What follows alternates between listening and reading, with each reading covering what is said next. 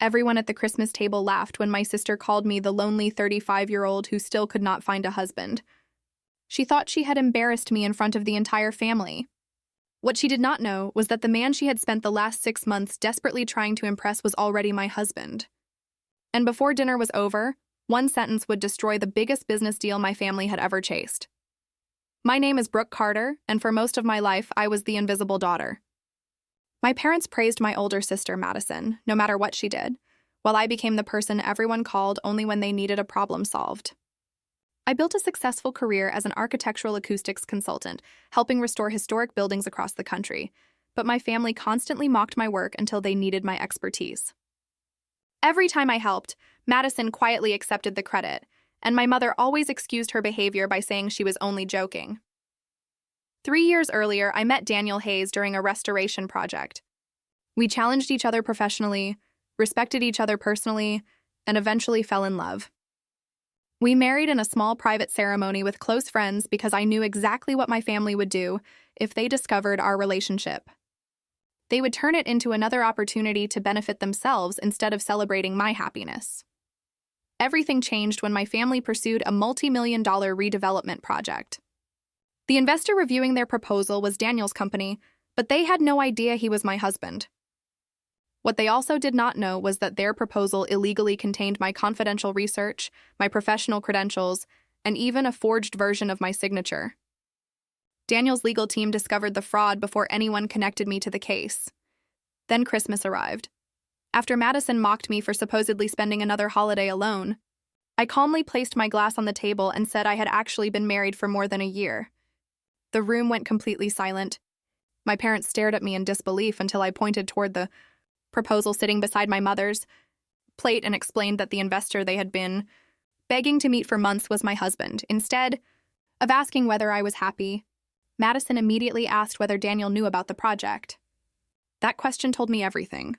She cared far more about the deal than about me. I opened the proposal and showed everyone the stolen reports, the missing copyright notices, and the forged signature carrying my name.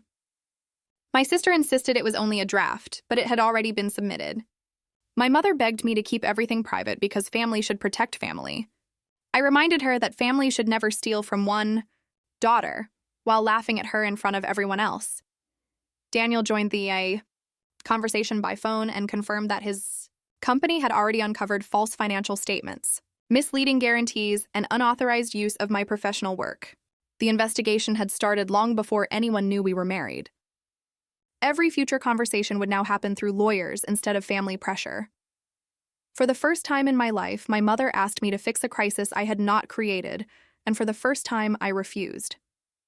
I had not forged documents. I had not lied to investors. I had simply told the truth after years of staying quiet. Within weeks, the investment collapsed. The city removed my family's company from the project, the bank refused to extend its loans, and years of deception finally caught up with them. My father eventually admitted he had ignored problems because confronting them felt harder than pretending everything was fine. My mother continued asking me to save the company, while Madison blamed me instead of accepting responsibility for her own actions. Rather than rescuing the people who caused the disaster, I supported a restructuring plan that protected the employees. Most of them kept their jobs under new ownership while the old family business disappeared forever. My father apologized sincerely. My mother slowly admitted she had encouraged my sister's behavior for years. Even Madison eventually confessed that making me look smaller had always made her feel more important. I accepted their apologies, but I did not erase my boundaries.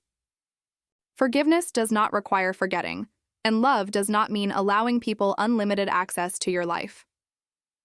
1 year later, Daniel and I celebrated our anniversary surrounded by people who genuinely respected us.